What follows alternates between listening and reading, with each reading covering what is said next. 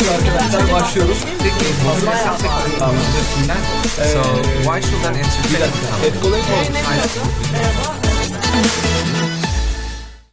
Merhaba, Digital Box kanalımıza hoş geldiniz. Ben Can Aksoy, AdColony'de Senior Industry Manager olarak FMCG markalarından EMEA ve Latin Amerika regionlarında sorumlu olan kişiyim. Bugün de çok özel iki konuğumuz var. Yağmur ve Nursu. Hoş geldiniz. Merhaba, öncelikle çok teşekkürler bu platformda bizimle birlikte konuşmak istediğiniz için. Kısaca ben kendimden bahsedeyim. Ben Yağmur, kozmetik sektöründe çalışıyorum, Estée Lauder Companies'de. 7 yıl aşkın süredir çalışıyorum. Güzellik sektörüne küçüklüğümden beri meraklı olduğum için bütün kariyer yolculuğumu da bunun üzerine kurdum. Klinik markasında, pazarlama departmanında çalışırken son 2-3 haftadır MAC ve Bobbi Brown markalarına transfer oldum diye bir geçiş yaptım. Tüketici pazarlama müdürlüğü yapıyorum burada. Sözü Nursa'ya bırakayım. Merhaba, çok memnun olduk. Bugün burada birlikte olmak çok güzel. Yağmur'un bahsettiği gibi ben de Estée Lauder şirketlerindeyim. Yaklaşık 2 senedir. Aynı şekilde ben de kozmetikle büyüdüm. Çok meraklıydım, çok ilgiliydim. Klinik markasında başladım. Şu an Yağmur'la birlikte MAC ve Bobbi Brown markalarına bakıyoruz. Süper. Bu şekilde benim de. Hoş geldiniz tekrardan. Bugün tabii ki markayla da ilgili olacak şekilde markalarınızla birazcık daha kozmetik, işte Covid'in kozmetik sektöründeki etkileri ve dijitalleşmenin etkileri üzerine konuşacağız. O zaman dilerseniz başlayalım ve ilk sorumu sorayım. Şimdi kozmetik sektöründe marka farkındalığını arttırmak için mobil ve dijital dünyanın önemi sizin için, markanız için nedir acaba?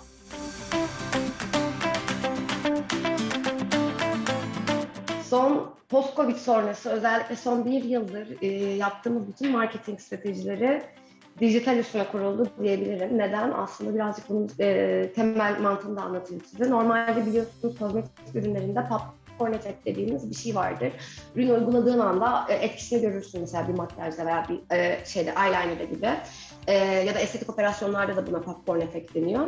Bizim müşterimiz eskiden bu pandemi olmadan önce sahada yani mağazalarımızda gezerken ilgili uzmanlarımızla birlikte bu efekti, bu artistliği, bu sanatı yakalayabiliyordu. O andaki o eyeliner çekimini görüp, ürünü dokunup, ürünü hissedip, o etkiyi görüp ürünü satın alabiliyordu, deniyordu, önerebiliyordu. Fakat kapanmalardan ve pandemi sonrasında bu kanalımız elimizden alındı, alınmak durumunda kaldı diyelim. Fakat biz kozmetik olarak insanlara güzelliği vaat ediyoruz. Bunu bir görselleştirmemiz, bunu hissettirmemiz lazım insanlara. Bunu hangi yolla yapabiliriz? Dolayısıyla elimizdeki en güçlü ve en efektif kanal dijital kanalımız oldu ve mobil kanalımız oldu. O yüzden dijital hani olmazsa olmazımızdır diyebiliriz. Bizim elimiz ayağımız, canımız dijital pazarlama. Özellikle size şöyle söyleyeyim, bunları ileride böyle biraz bol bol anlatmak istiyorum. Çünkü çok biz de haşır neşiriz ama yeni teknolojiler, augmented reality, virtual try-on gibi yeni inovasyonlarla, geliştirmelerle diyeyim, bu aslında müşteriye gerçek dünyadaki hissettirebildiğimiz o algıyı yaşatmaya başladı. O ruju o müşterinin dudağına gösterebilmeye başladık bu teknolojilerle birlikte. Dolayısıyla hani dijital master'dir diyorum ama bir iki tane de insight vermek isterim size ki yani rakamlarla netleştirelim. Pandemiden sonra aslında baktığımızda detaylara ineriz birazdan ama insanlar bir mutsuzluğa, bir işte hüsrana uğradığı için mutlu etmek için kendilerini bir şımartmaya kaçtılar. Hani spada'yı deriz ya biz insanlar spa'ya geçer. Böyle olduğu zaman da kozmetik sektörüne olan ilgi arttı. Çünkü insanlar kozmetiği ve makyajı kendilerini şımartma olarak görmeye başladılar. Dolayısıyla baktığınızda mesela self-care yani güzellik bakımı, yani kişisel bakım araması %250 arttı Google aramalarında. Veya YouTube'a baktığınız zaman YouTube'da eskiden atıyorum daha çok böyle bir content veya bloggerlar bakarken artık biz onu bir arama motoru olarak da kullanmaya başladık. How to aramaları %60'ı aramaların how to oldu YouTube'da baktığınızda. Ek olarak şunu söyleyeceğim, yine pandemi sonrası e-gaming arttı. Ve yeni platformlar geldi dünyamıza, offline dünya ve TV azaldığı için. Example gibi yeni platformlar. Biz de bu platformlarla yeni kitlemize, Gen Z kitlemize, ulaşmak istediğimiz kitleye dijital yollarla ulaşmaya başladık. Aslında hani bu soruya verdiğin cevapta hani genel olarak da bir overview çizmiş de oldun aslında. Onun için de teşekkürler. Ama bununla da bağlantılı olarak hani şimdi tabii ki dijitalleşme arttı, yani süreçler değişti vesaire. Hani bu marka özelinde yarattığınız kampanyalar için özgün ve yaratıcı fikirleri nasıl buluyorsunuz? Yani bunun şu anki iletişimini tüketiciyle veya potansiyel tüketiciyle nasıl sağlıyorsunuz diye de sormak isterim.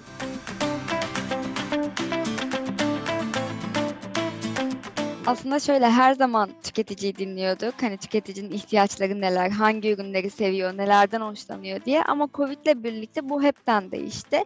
Artık sadece tüketicinin ne almak istediğini değil, aynı zamanda nasıl hissettiğini dinlemeye başladık. Çünkü hepimiz zor bir dönem geçirdik bu süreçte. Ve aslında ilk yaptığımız şey tüketiciyi dinlemek. Gerek fokus gruplarla, gerek işte sosyal medyadan, Instagram'dan. Önce ne istediğini anlamak, nasıl hissettiğini anlamak, daha sonra da buna uygun stratejiler yapmak. Bu fikirleri nasıl buluyoruz? Bazen ajanslarla bir araya geliyoruz, beyin fırtınaları yapıyoruz. Bazen kendi ekibimizce. Önce tüketiciyi dinledikten sonra diyoruz ki biz peki make-up olarak veya cilt bakımı olarak biz buna nasıl bir şey yapabiliriz? Nasıl bu ihtiyacını giderebiliriz diye. Özellikle son zamanda yaptığımız bir kampanyadan bahsedeyim. Örneklerle gitsek belki daha net açıklayabilirim. Son dönemde MAC'e geçtikten sonra şunu gördük. Hedef kitlemiz biraz daha Gen Z ve Millennial'lar oldu. Ve dedik ki acaba Gen Z ne düşünüyor, ne hissediyor? Ve şunu gördük, Türkiye'de özellikle bu kesim, daha millennial kesimi kendini anlatamadığını hissediyor. Kendini daha çaresiz hissediyor. Ve şunu söylüyor, diyor ki pandemiyle birlikte benim işte ihtiyaçlarım değişti, artık evdeyim. Ve kendimi anlatamıyorum. Ancak sosyal medyadan anlatabiliyorum. Yapmak istediklerimi kaybettim, hayattaki hayallerimi, isteklerimi. Ve kendimi şu an çok renksiz hissediyorum. Hayatım artık tamamen siyah beyaz demeye başladı. Biz de ekipçe bir araya geldik, dedik ki peki biz hani make-up olarak ne yapabiliriz? Marka olarak işte tüketiciye nasıl dokunabiliriz? Nasıl hayatına renk katabiliriz? Ve bir kampanya yaptık. Burada dedik ki amacımız onların hayatına MAC'in renkli dünyasıyla yeniden renk katmak. Hayallerinin, yapmak istediklerinin hala içinden olduğunu ve bunu makyajla, bunu sadece bir araç olarak görüp yapmalarını sağlamak dedik.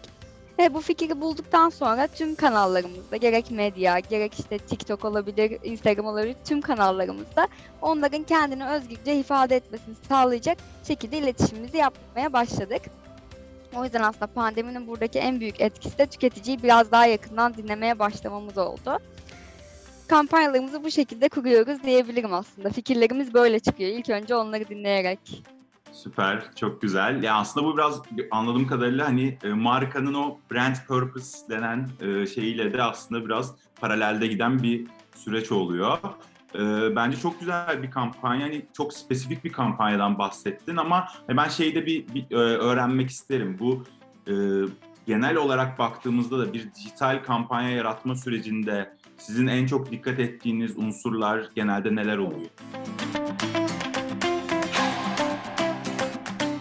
Şöyle cevap vereyim ben ona. Aslında en önemli olaya doğru mesaj.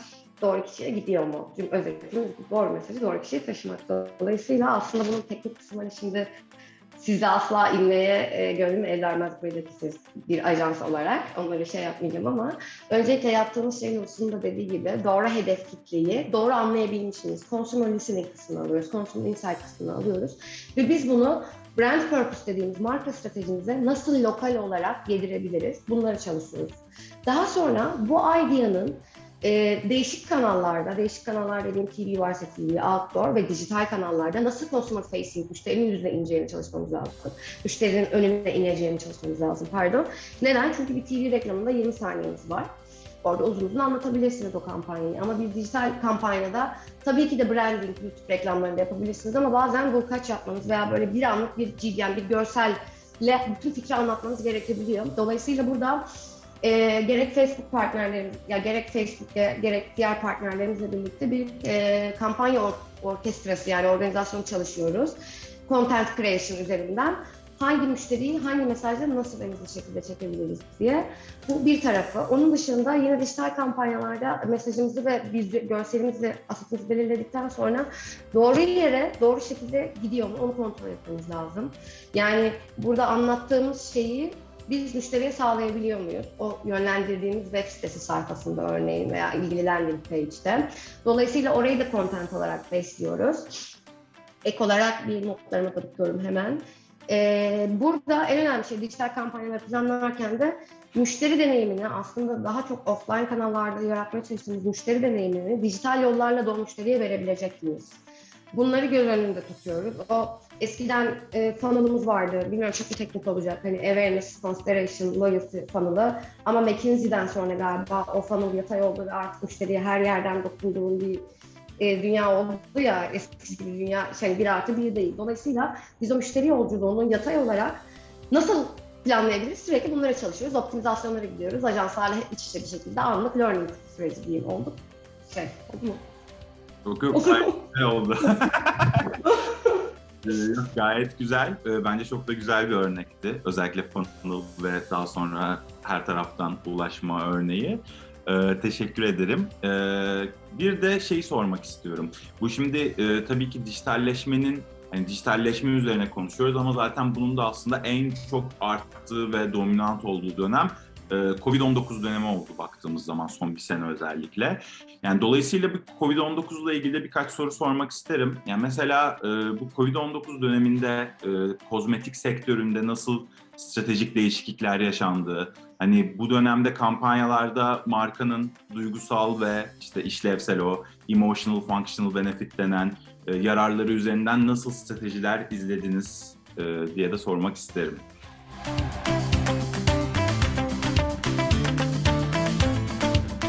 Aslında şöyle oldu. Tüketicinin hem aradığı ürünler değişti, almak istediği, aradığı, ihtiyacı olan ürünler değişti.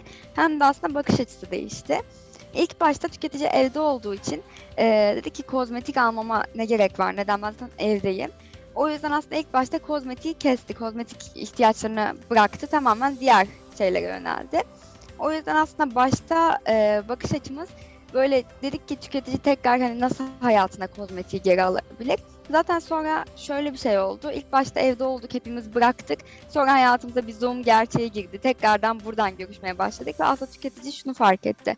Evet, ben başta kozmetiği bıraktım, deodorant gibi bir sürü şey almayı bıraktım. Ama sonra şunu fark ettim. Ben zaten aslında insanlarla başka şekillerde de görüşmeye devam ediyorum. Ve tekrardan kişisel bakıma ihtiyaç duyuyorum. Bunu sadece kendimi iyi hissetmek için ihtiyaç duyuyorum dedi. Fakat burada tekrardan almak istediği, aradığı ürünler, ihtiyaçları değişti. Örneğin eskiden biz böyle daha çok lipstikle öne çıkarken şunu gördük. Artık maskeyle birlikte insanların hayatına fondöten, lipstik gibi ürünler biraz daha azalmaya başladı. Çünkü maske altında kalmaya başladık. Bu sefer daha böyle kendini gözleriyle öne çıkarmaya başladı. Yani daha çok göz odaklı ürünler öne çıktı. Trendlerimiz biraz daha ürün anlamında bu tarafa kaydı. Tüketicinin aynı zamanda davranışları değişti. Yani daha çok bilinçli tüketime yöneldi. Mindful consumption dediğimiz.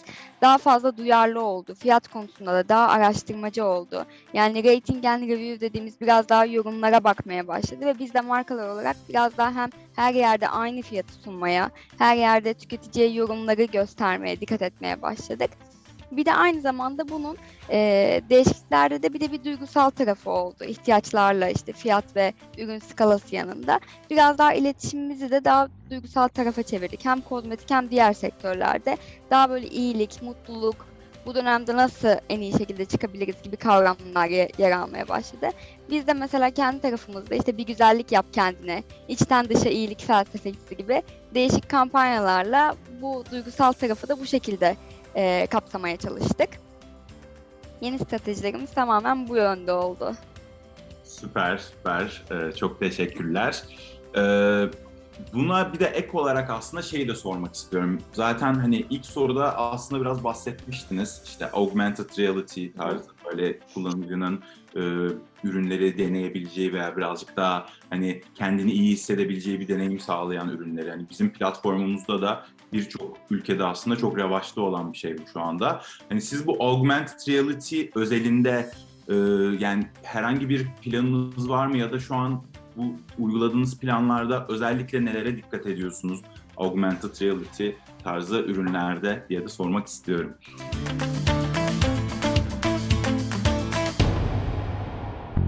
Şöyle, augmented reality deyince bir gülümseme geliyor çünkü artık bundan sonraki bütün stratejilerimiz bunun üzerine. Birazdan detaylandıracağım ama öncelikle şunu söylemek istiyorum.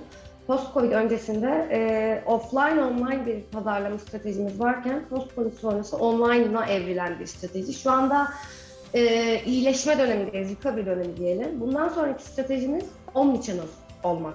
Dolayısıyla birazdan anlatacağım bütün her şeyi sadece online değil, omnichannel olarak düşünmenizi rica ediyorum. Nedir? Omnichannel olma stratejimizle birlikte evet dijital tool'lar çok fazla dünyamıza girdi. Hatta telaffuz edemedim. Phygital gibi bir şey. Physical store. Physical ve digital merge bir cümlemiz girdi. Yani aslında sizin gördüğünüz offline store'ları yani normal mağazaları bize online'da aynı deneyimi yansıtması için yapılan geliştirmeler. Birkaç örnek vereyim şimdi size bunlarla ilgili. Mac üzerinde neler yapıyoruz? Öncelikle mağaza içinde de ya da AVM içinde de offline bir yerde dijital outdoor'larla çalışmaya başlayacağız. Müşterimiz, tüketicimiz önüne geçtiği zaman orada ruju deneyerek uygulamasına gerek kalmadan yüzünde görebilecek makyaj malzemesini. Bu bir nokta. Ek olarak bizim reklam modellemelerimiz, medya kampanyalarımızdaki medya mixlerimizde artık bu augmented reality çok fazla yer almaya başlayacak. Biliyorsunuz YouTube'un Virtual Try-On reklam modeli var. Daha önce Maybelline'e denenmişti. Onun dışında Facebook'ta da augmented reality reklam modeli var pardon. Biz SG20 bir dahaki yılki stratejimizde bunlarla ilerlemek istiyoruz. Yine ek olarak baktığımızda çok büyük bir aslında son 2 gündür gündemi kozmetik sektörünü yoğunlaştıran bir şey oldu. Canlı yayında alışveriş baktığımızda. Bilmiyorum siz gördünüz mü? L'Oreal firması yani diğer kardeş rakibimiz diyeyim artık ne diyeyim keseriz. L'Oreal firması çok büyük bir şekilde ilk canlı yayında alışverişi duyurdu. Bunu Duygu Özaslan'la yaptı. Konsepti de iyilikle alakalı bir şeydi. Buradaki bir sistem entegrasyonu var. Biz bunu Bambuzer'le yapacağız.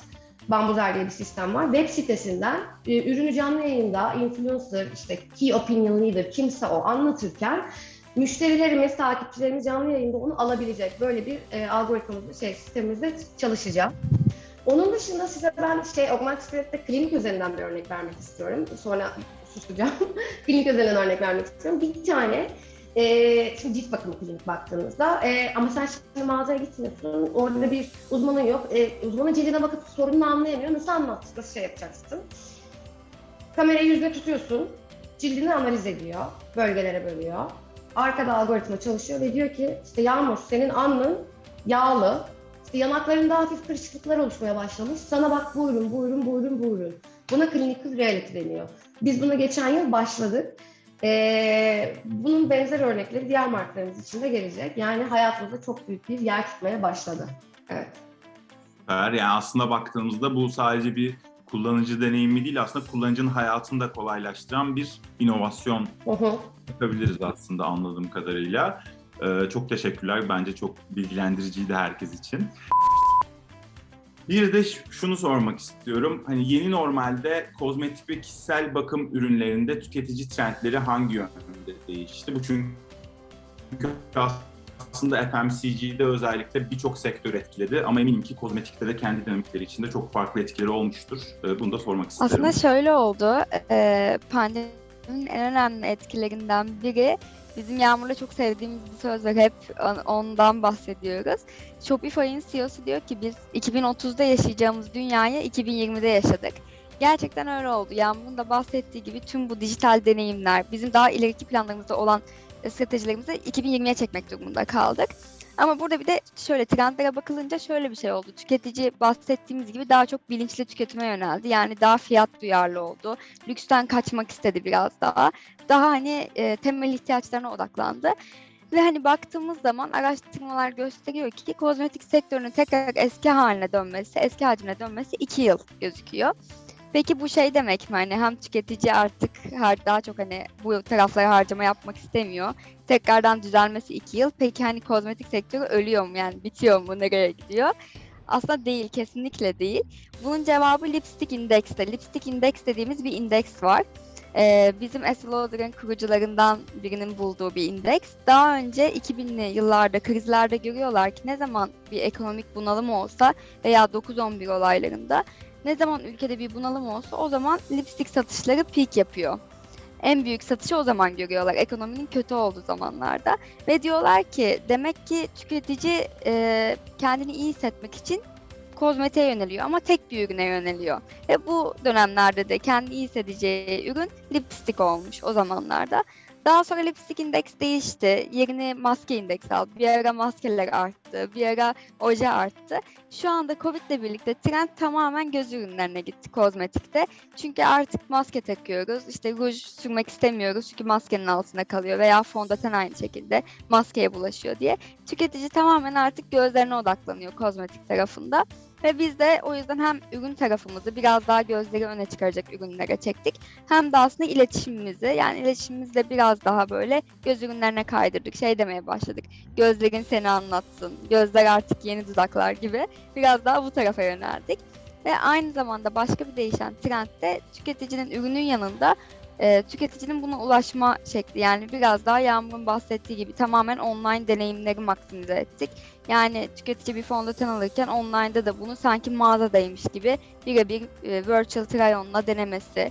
Soru sormak istediğinde sanki mağazadaymış gibi hemen WhatsApp'tan, live chat'ten yazabilmesi veya birebir servisi online'dan alabilmesi gibi. Aslında trendler biraz daha bu tarafa doğru kaydı. Hem dijital deneyimlere hem de yeni bir ürün portfolyosuna. Gerçekten çok ilginç insight'lar. Yani ben de gerçekten bilmediğim bir şeyler öğrenmiş oldum. Hani onun için de teşekkür ederim. Bu peki yani şimdi kullanıcı trendleri bu yönde değişti. Buna da bağlantılı olarak bu Covid-19 döneminde bu sizin sektörünüzde yine bu bahsettiğiniz özellikle vertical'lar özelinde başarılı bir kampanya yapmak için nelere dikkat etmek gerekiyor değişen parametrelerle beraber?